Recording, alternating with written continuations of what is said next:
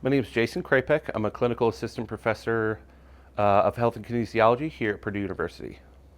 It's incredibly important to remain physically active during the winter. First of all, we don't want to lose any momentum that we had this year. We always think of starting on January 1st, whereas it's going to be a lot easier in the long term to start with some momentum. So staying active just to either continue what you have been doing throughout the year, or if maybe you haven't been as active this year as you would like, to start to build some momentum into next year. Physically, of course, it's very important. So first and foremost, being the winter season, it's cold and flu season. So regular physical activity is very beneficial for the immune system. It's also very important for our mental health as well. As days get shorter, it's a little gloomy outside, we have less sunlight. A lot of people get what we call the winter blues or seasonal affective disorder.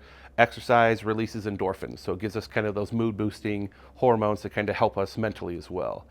So understand that in the winter, we naturally tend to slow down.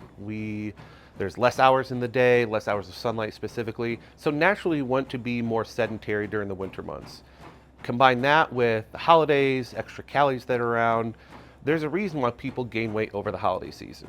And it can be really frustrating, and then we get to New Year's, we set a New Year's resolution, and we're highly motivated only to go through that cycle over and over and over again.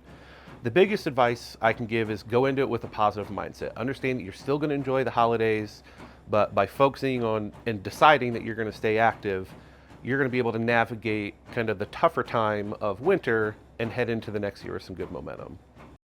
So of course, with the weather being colder outside, finding lots of different indoor activities is going to be very beneficial for you. So whether that's joining a gym, like what we're standing in right now, or going to classes, if you're more of a cardio person, finding an indoor pool to be able to swim in.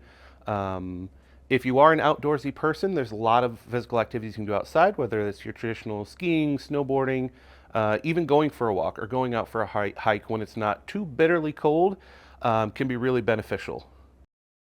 It's very important to take the proper precautions. Obviously, you want to dress for the weather, so things like wearing layers to kind of keep your body warm.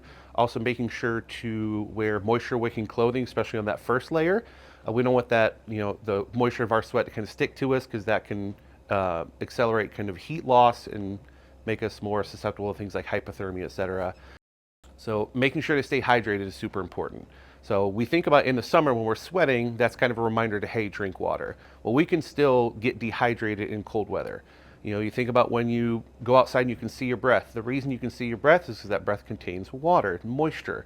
So we lose moisture with every single breath, so make sure you're staying hydrated even if you're not feeling sweaty.